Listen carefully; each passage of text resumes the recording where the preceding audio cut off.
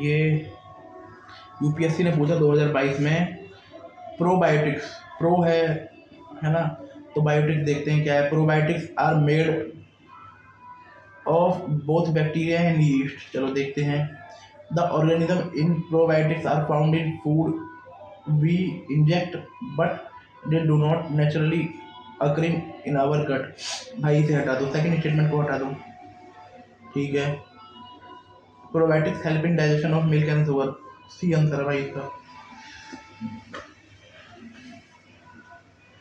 2008 में भी यूपीएससी ने प्रोबायोटिक्स पे पूछा है भाई। यूपीएससी अपने पीवाईक्यू कभी नहीं छोड़ेगी। जो गाना है ना, मैं ना बोलूँगी।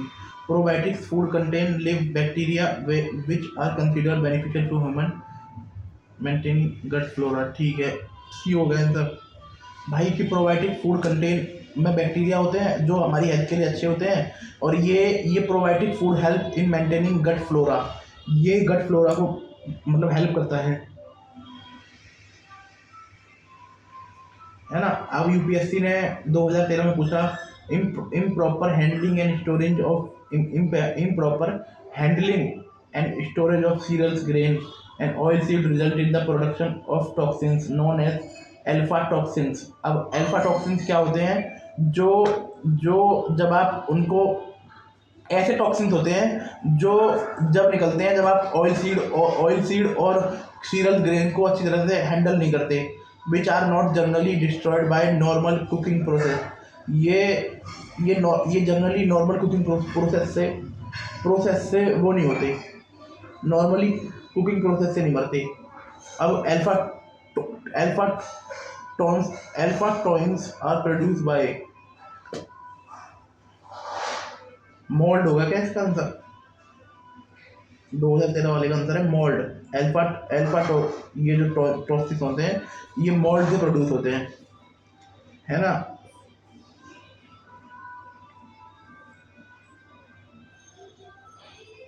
ठीक है। अब man cannot digest cellulose where cow can do so because. भाई भारत मैन सेलुलोज डाइजेस्ट नहीं कर सकता और काउ कर सकती है। ये 1992 में पूछा था। They produce enzyme. अब एक ऑप्शन है they produce an enzyme cellulose can digest cellulose. They produce enzyme, cellulose enzyme produce करते हैं जो सेलुलोज को डाइजेस्ट कर सकता है। They have efficient grinding molar. Molar तो हमारे पास भी है भाई। They have many chambers of stomach. ये हमारे पास भी है। Their gut contain certain bacteria capable digestion of cellulose. 100 का ये आंसर है भाई। क्योंकि देखो मोलर तो हमारे पास भी है, चैम्बर तो हमारे पेट में भी हो सकता है ना। और ये जो सेलुलोज एंजाइम है ये इसका आंसर नहीं है। तो उनके पास एक स्पेशल, उनके पास ऐसे बैक्टीरिया होते हैं जो सेलुलोज को खा सकते हैं, है ना। अब जैसा इन्होंने हमसे क्या पूछा था ना, जब इन्होंने हमसे 2013 में पूछा कि जब आप storage of cereals and oil seed की स्टोरेज नहीं करोगे तो अल्फा टॉक्सिन करके एक टॉक्सिन निकलता है, वो किससे प्रोड्यूस होता है? वो प्रोड्यूस होता है, उसमें आंसर था मोल्ड्स। अब भाई मोल्ड्स होता है, फंगी को मोल्ड कहते हैं। जो फंगी फूड पे ग्रो होती है, ऑर्गेनिक मटेरियल पे ग्रो होती है और सरफेस पे ग्रो होती है। और humid environment they can appear in fuzz stage. Fungi को ही मोल्ड कहते हैं। यार पहले ही बोल देता, यहाँ पर लिख रखा है mould.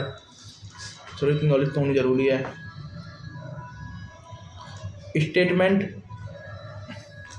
Statement second is directly pick from PYQ। Nevertheless carefully analysis term probiotics can solve the question. Probiotics indicate food content, है ना। ये रहा। Probiotics indicate something, it's pro support biotic growth. We know bacteria and yeast are friendly micro organism. पीछे माँ बहन नहीं कर रहा था बायोफिल्म बना के, बेवकूफ़ बनाने वाला तीन है। पर ये बैक्टीरिया और यीस्ट हमारी हेल्पफुल होते हैं, that we use or find in our daily food like milk, curd, cake, bake good. Also yeast we all know used in fermentation of sugar to produce alcohol and other product. The makes 1 and 3 correct. ठीक है। Probiotics are living organism that provide health benefit when consumed in adequate amount। ऐसा नहीं unlimited खाते रहोगे तुम्हारा पेट में तो तुम्हारा excess of anything is bad भाई, ये तो सिंपल सी बात है, चाहे वो कुछ भी हो, है ना। Commonly found in fermented Indian food, idli lassi dahi dhokla, है ना, इनमें पाया जाता है। These beneficial organism naturally exist in our gut, ठीक है, नेचुरली हमारे गट में होते हैं। contributing to healthy contribute to healthy gut microbiome, ठीक है। strain like lactobacillus and bio and bifidoradium, जैसे इन्होंने उदाहरण दे दिए जे ना, एक तो bifidobacterium and lactobacillus are widely used in and research in India. ये दोनों क्या है, ये दोनों प्रोबायोटिक्स हैं। प्रोबायोटिक मतलब हेल्प करते हैं हमारी खाने में।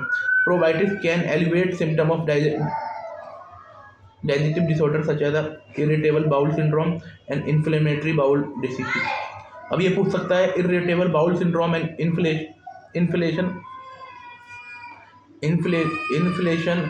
Inflammatory bowel diseases. भाई प्रोबायोटिक्स जो डाइजेस्टिव डिसऑर्डर है इसे ठीक कर सकता है, जैसे irritable bowel syndrome and inflammatory bowel diseases. ये पूछेगा ये किससे संबंध है इनका, हम बोल देंगे भाई डाइजेस्टिव डिसऑर्डर से। Reducing severity and certain allergies, preventing infection, prospering mental health through gut brain axis, ठीक है।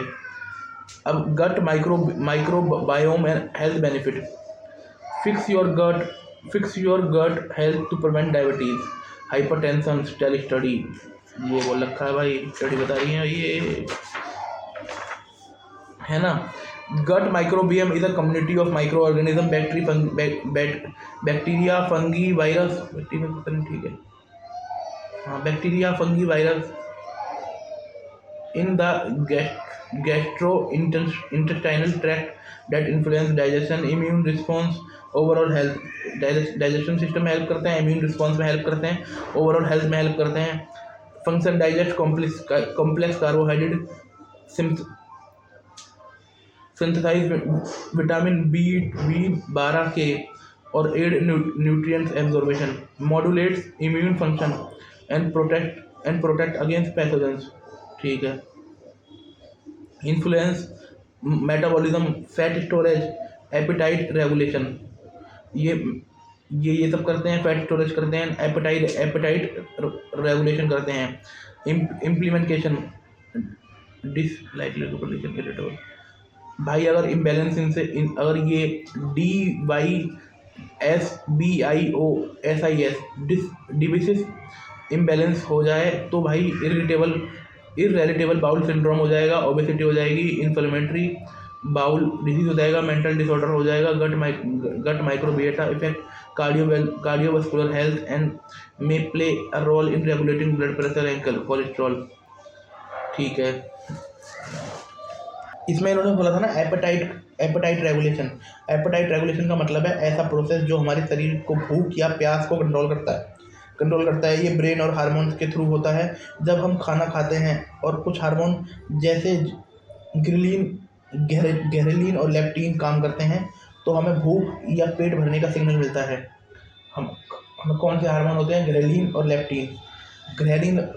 लेप्टिन करके एक हार्मोन होते हैं, वो बोलते हैं कि भैया तुम्हारा पेट भर चुका है, तो हम बोलते हैं ओके हम खाना खाना बंद कर देते हैं।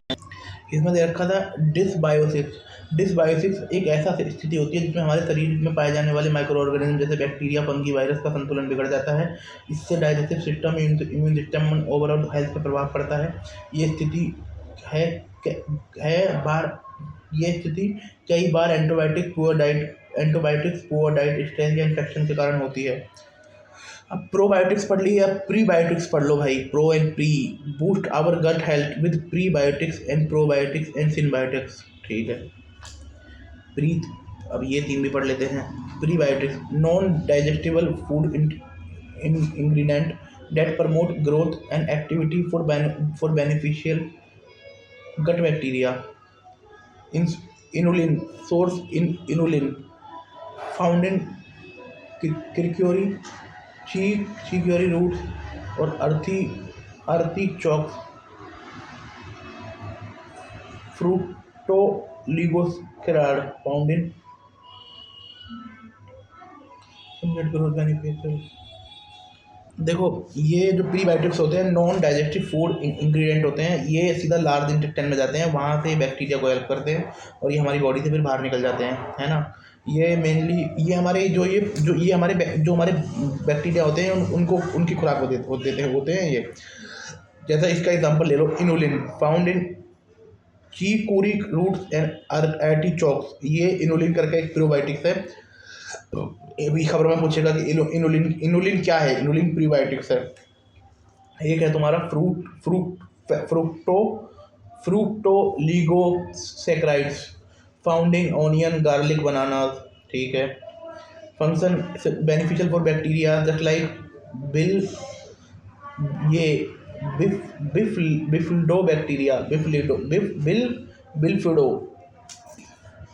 Bifidobacteria and Lactobacillus improve mineral absorption, especially calcium, magnesium, support immune function through CFA production. Health benefit: enhance digestion, reduce inflammation, support gut barrier integrity, challenge effectiveness depend on individual। कोई नहीं। अब एक होते हैं SYN SYN combination of prebiotics and probiotics that work synergistically to promote gut health। जब prebiotics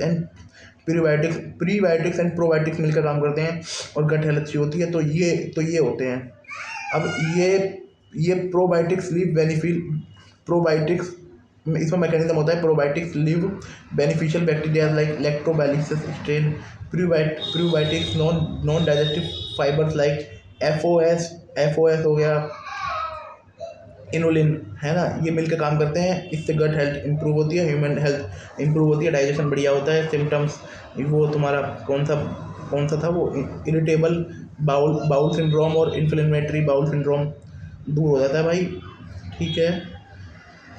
proper balance चाहिए prebiotics and probiotics का। अब पोस्टबायोटिक्स सुन लीजिए। Bio active compound is produce by probiotics during fermentation offering health benefit. ये जो पोस्टबायोटिक्स है ये produce होता है प्रोबायोटिक्स से फर्मेंटेशन के दौरान। सपोर्ट चेन फैटी एसिड, ये टाइप होते हैं सब। ये इसका पहला टाइप है short chain fatty acid, butyric acid acetates propionate produce by probiotics bacterial cell component peptidoglycans and leptospiroids। health benefit: modulate immune response system, reduce inflammation, gut bacteria को सही करता है। में enhance treatment of metabolic disorder, support gut system। Limited भाई हर बंदे के हिसाब से अपना लिमिटेड अलग अलग है। अब जो ये पोस्टबायोटिक्स होते हैं ना, जब प्रीबायोटिक्स मर जाते हैं तो मरने के बाद उनकी बॉडी या उनके मेटाबॉलिज्म से बनते हैं।